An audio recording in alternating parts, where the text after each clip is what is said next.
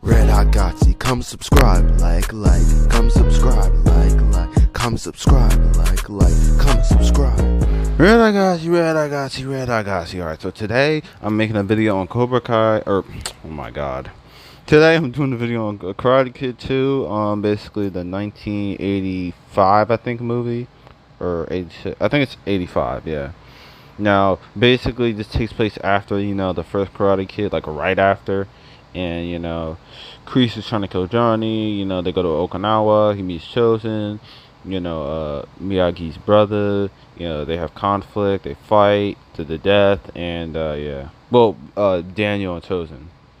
And then Miyagi and his brother make up. So, yeah. Basically, I'm just going to go over. Oh, yeah, and Komiko's there. Yeah. So, yeah, basically, I'm just going to go over why this is, it's just going to be a little rant video, kind of like a, fun little thing I'm going to do. So, let's just get into it. Let's not waste time. Alright, so, first off, Daniel. Daniel is weak as hell. Now, I'm going to get into that a little bit more, but honestly, Daniel is just so weak in this movie. He always gets his ass whooped. It's annoying to honestly see him get, wrecked every single fight. I know Chosen's supposed to be this, badass freaking, very well trained, Miyagi student. He's supposed to be a fierce opponent. But it's just annoying to see Daniel get whooped every single fight. Oh my god. He's built like a stick. He's weak. He's freaking weak in this movie. At least in the first one, right? He got beat because he didn't know crap. He didn't know the karate yet. And then Miyagi came in, saved him, and he started training, and then he was whooping ass. But in this one, he's just he knows the karate, but he's getting destroyed. Now I guess it's by someone who's very well trained, way more trained than way well trained. However the hell you would put that, he's a well trained student of Miyagi though, and he's kind of gone to the dark side. It's interesting, I wish you would have seen more of the actual technique and moves and stuff like that of the Karate Kid trilogy as a whole. But yeah, that would have increased Daniel's power in general. Kind of like if you were if they have superheroes, right? And they get a power every single movie or something like that. Thor, for example, he doesn't have the lightning in the first movie, but he gets it in the second movie or something, and then he gets his hammer or something. Kind of like that show Ragnarok or something like that. I think it would just be very interesting if Daniel wasn't getting whooped every single time. I mean, it's still interesting. It's still funny, I guess, and entertaining. But dang, I would have liked to see him him learn some new moves or something like that of Miyagi though, rather than him learning it 30 something years later in Cobra Kai. Now I guess I'll get into Miyagi's brother. And then I'll talk about Chosen. So, Miyagi, because there's not much to talk about Miyagi. Miyagi's perfect. No one can talk about Miyagi. If you talk about Miyagi, unsubscribe to my channel. You're dead to me. No, I'm playing. I'm playing with you. I'm playing. But seriously, Miyagi's brother is annoying as hell in this movie, and I can't stand him. I wish he wasn't in the movie. Some of those times, this confrontation right here, that was annoying. Freaking Chosen, bro. Chosen pissed me off so much, but we're gonna get into him in a second. Just Jesus, oh my god. But Miyagi's brother just kind of I kind of liked it. It was kind of interesting, having their parent die on them and stuff like that. Was it the teacher or the parent? I think it was their the dad. I think. The mother, it was either the mother or the father, I forget, but yeah, they died on them, and that set off Miyagi's brother, and they kind of had a confrontation throughout the whole movie until they kind of decided to basically just make up and kiss and be best friends again. You know what I mean? No, I'm playing, but yeah, I just think it was kind of underdeveloped in a way. They were really at each other's necks throughout the whole movie, and then they just kind of flipped. I think the hurricane and stuff like that was a good, way to kind of be like, all right, let's save each other from this mess instead of, putting each other down.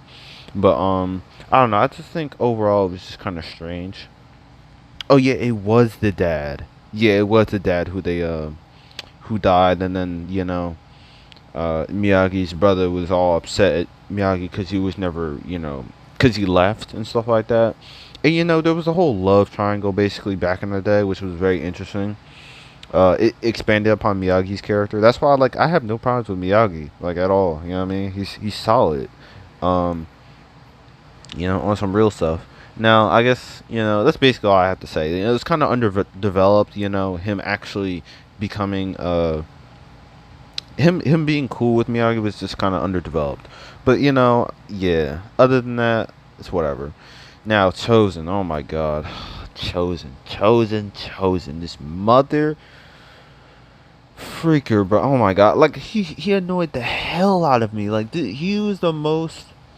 He's number two though. He's not the most annoying. Surprisingly, he's not the most annoying, and I'll get into that in the next video in number three. I guess you probably already know what I'm talking about, but yeah, Chosen is number two of the most annoying villains that he's ever gonna get. Uh, yeah, I honestly say that because just like I said, Daniel was getting his ass whooped every single time. Bro, Chosen was doing the ass whooping. Like, he was, wrecking this man, Daniel. And over this chick, Komiko, oh my God. And we're going to get into Komiko in a second, but oh my God. And I liked him as a villain. I think the actor did a great job of, really bringing hatred to the character. Because, I really did hate this man. I was annoyed, I mean? He did his job. You know what I mean? And his jealousy basically of Daniel basically being a better student than him basically it drove him mad. And I think that was very interesting. It wasn't like, we're in the tournament, I hate you, so I'm gonna start bullying you, I'm gonna beat you up or whatever. No, it was more like his pride was broken, so he wanted to kill Daniel. That was interesting. And that's why I think it was a very the story itself, and what encompassed it, is that the right word? I don't know, whatever. It really was probably the best part, other than the actual execution, which I'm not saying is super super bad or completely horrible. I just think that it could have been better. But yeah, Chosen, definitely a very strong opponent, very, very dangerous, very, I think most people, in this universe or whatever would fear him. I think he's a good opponent, but, I just wish, also, I wish, the fights in general were just better, you know what I mean? I get, it's because it's like a karate movie, and maybe if they use, stunt doubles or something like that, or yeah, something like that. It would have looked a bit cooler. But since they're just using the actors themselves, it kind of can't look the best. You know what I mean? Because they don't really know karate like that. It's just kind of you know what I mean? That's kind of a gripe with this entire franchise. But I'll get into that in another video. But yeah, Chosen just pissed me off, to be honest. Oh, on God. I got the last one, is Komiko. I don't have much to say about Komiko because I like her overall. But Komiko. I'm just remembering that one scene where he broke the ice. Komiko just left. She just dipped. She was like, "Nah, freak that. I don't got time for this man Chosen." She didn't want to say it for Daniel. That's crazy. I was like, "Oh my God." But yeah, Komiko was cool for the most part. I don't have many problems with her. I just think honestly, I'm kind of annoyed that she didn't stay. She didn't stay in the series, and actually, she wasn't the one who stayed with Daniel up until Cobra Kai, because she was really a cool.